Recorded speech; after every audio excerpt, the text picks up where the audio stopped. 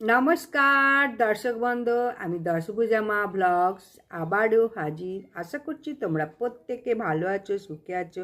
তোমাদের সুখ শান্তি সমৃদ্ধি কামনা করে আমি আমার ব্লগটা শুরু করছি। আজকে আমি আলোচনা করব প্রধান এবং সবচেয়ে শক্তিশালী 10টি মন্ত্র, যা আপনাদের জীবন পুরো পাল্টে দেবে বা বদলে দেবে। এই মন্ত্রগুলো প্রতিদিন যদি পাঠ করো বা শ্রবণ করো, তাহলে এই সনাতন ধর্মে 10টি শক্তিশালী মন্ত্র এই ভিডিওতে আলোচনা করব। এই ভিডিওতে বলা 10টি শক্তিশালী মন্ত্র নিমেষে বদলে দেবে ভাগ্য।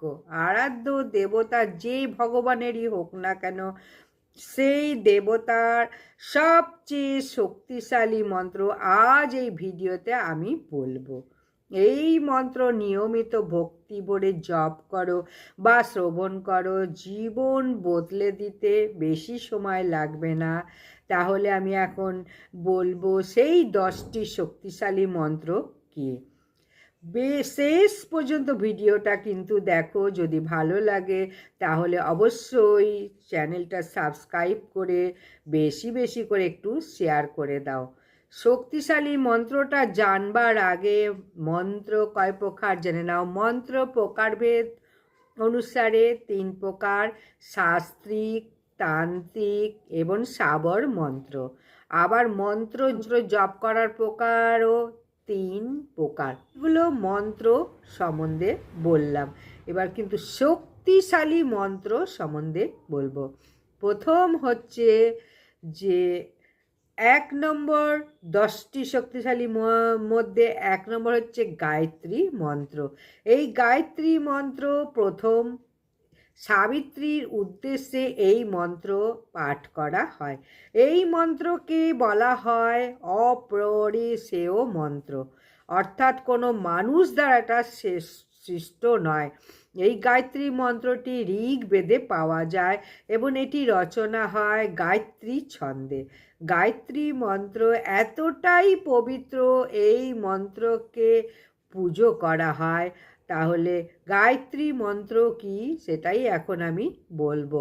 ওম ভূর্ভুবস্বঃ তৎসবিতুর্বরেণ্যং ভার্গব দেবস্য ধিয়োমহি ধিয়ো ও ন প্রচোদয়াৎ। এইটা হলো গায়ত্রী মন্ত্র। 2 মহামৃত্যুঞ্জয় মন্ত্র। মহামৃত্যুঞ্জয় মন্ত্র হলো মহাদেব শিবের এক শক্তিশালী মন্ত্র। এই মন্ত্র পাঠ করলে মৃত্যু পর্যন্ত এড়ানো সম্ভব। এই মন্ত্র কিন্তু অনেক ব্যাপার আছে, রোগ পীড়া অশান্তি খুব নিমেষেই দূর হয় এই মন্ত্র পাঠে। মহামৃত্যুঞ্জয় মন্ত্রটি ওং ত্রয়ম্বকম যজামহে সুগন্ধি পুষ্টিবর্ধনম উর্বারুকমিব বন্ধনাং মৃত্যু মুক্ষীয় মামৃতাম। এটা হলো মহামৃত্যুঞ্জয় মন্ত্র। শিব পঞ্চাক্ষর মন্ত্র। শিব পঞ্চাক্ষর মন্ত্রটি, এই মন্ত্রটি পুরাণে উল্লেখ রয়েছে, মহাদেবের নিজের মুখ থেকে উৎপন্ন হয়েছে। শিবের এই শক্তিশালী মন্ত্রটি পঞ্চতন্ত্রকে প্রতিনিধিত্ব করে। পৃথিবী, জল, আগুন, বায়ু এবং আকাশকে প্রতিনিধিত্ব করে শিব পঞ্চাক্ষর মন্ত্র। নম শিবায়, এর সঙ্গে ওং যুক্ত, ওং নম শিবায়। এই মন্ত্র পাঠে মহাদেব খুব তাড়াতাড়ি প্রসন্ন হন এবং যিনি জপ করেন তার জীবনের সকল দুঃখ কষ্ট দূর হয়। 4 হচ্ছে বিষ্ণু মন্ত্র। ভগবান বিষ্ণু এই ছোট্ট এক মন্ত্র পাঠে জীবনে সকল সমস্যা খুব সহজেই দূর হয়ে যায়। মন্ত্রটি খুব ছোট হলেও মন্ত্রটি ভীষণ শক্তিশালী বিষ্ণু মন্ত্র। মন্ত্রটি হলো ওং বৈষ্ণবে নমঃ। ওং বৈষ্ণবে নমঃ। 5 হনুমান মন্ত্র। হনুমানজি অর্থাৎ বজরংবলীর সব থেকে শক্তিশালী মন্ত্র হলো হনুমান চাল্লিশা। এটা রচনা করেন তুলসী দাস। হনুমানজির উদ্দেশ্যে রচিত 40টি চৌপাইয়ের একটি স্তুতি। এই হনুমান স্তুতি সম্বন্ধে তো অনেক ভিডিও রয়েছে, যদি চাও তো দেখে নিতে পারো। এছাড়াও ওং হাং হনুমতে নমঃ এই মন্ত্রটি সব সময় জপ করতে পারেন। এরপর হচ্ছে 6 নম্বর রাম মন্ত্র। ভগবান রাম হলেন বিষ্ণুর এক অবতার। ভগবান রামকে প্রসন্ন করতে গেলে কোনো বিশেষ মন্ত্রের দরকার নেই, শুধু রাম নাম জপ করলেই ভগবান খুব তাড়াতাড়ি প্রসন্ন হন। এরপর 7 নম্বর হচ্ছে দেবী দুর্গার মন্ত্র। দেবী পার্বতীর এক রূপ। নিয়মিত মন্ত্র পাঠে আমাদের জীবনের সকল দুর্গতি নাশ হয় এবং শত্রুরা খুব তাড়াতাড়ি পরাজিত হয়। শক্তিশালী দুর্গা মন্ত্রটি হলো ওং দুর্গায় নমঃ। ওং দুর্গায় নমঃ। এরপর 8 কৃষ্ণ মন্ত্র। ভগবান বিষ্ণুর আরও এক অবতার হলেন শ্রীকৃষ্ণ। শ্রীকৃষ্ণের সেই শক্তিশালী মন্ত্র যা জপ করলে জীবনের সকল সমস্যা দূর হয়ে যাবে, মনে শান্তি, সুখ, সমৃদ্ধি সংসারে আসবে। সেই শ্রীকৃষ্ণের শক্তিশালী মন্ত্র হলো হে কৃষ্ণ করুণা সিন্ধু দীনবন্ধু জগৎপতে গোপেশ গোপিকা কান্ত রাধাকান্ত নমস্তুতে। এটা হলো শ্রীকৃষ্ণের প্রণাম মন্ত্র। 9 ওং। ওং হলো হিন্দু ধর্মের সবচেয়ে পবিত্র একটি মন্ত্র।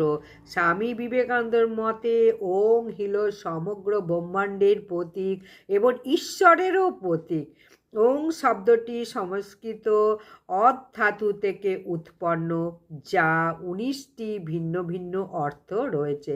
এই ওং থেকেই ব্রহ্মাণ্ডের সকল কিছু সৃষ্টি এবং এই ওং হলো ব্রহ্মাণ্ডের শাসনকর্তা, অমঙ্গল থেকে রক্ষাকর্তা, সকল মনস্কামনা পূরণকারী, অজ্ঞানতা নাশক এবং জ্ঞান দাতা।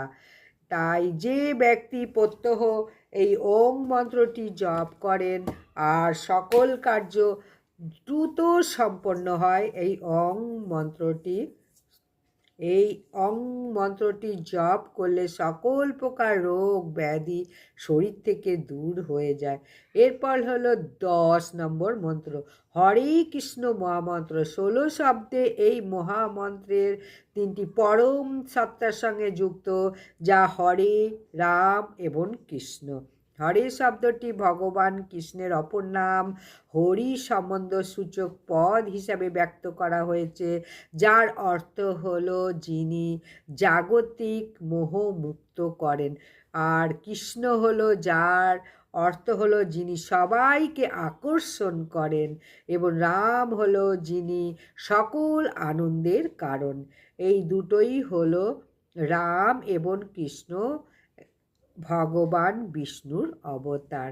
হরে কৃষ্ণ মহামন্ত্রটি হলো হরে কৃষ্ণ কৃষ্ণ কৃষ্ণ হরে হরে, হরে রাম রাম রাম হরে হরে। যতবার উচ্চারণ করতে পারবে ততবারই ভালো, এর কোনো শেষ নেই, নিষেধ নেই, যতবার দিনে পাঠ করতে পারবে। তাহলে কোন মন্ত্র জপ করো, যে দেবতা, যার যে দেবতা ইষ্ট দেবতা, সেই দেবতার মন্ত্র জপ করতে পারো। যাই হোক, অবশ্যই কমেন্ট করে জানাও কে কোন মন্ত্র জপ করো। আজকের মতো বিদায়। প্রত্যেককে ভিডিওটা একটু শেয়ার করে দাও।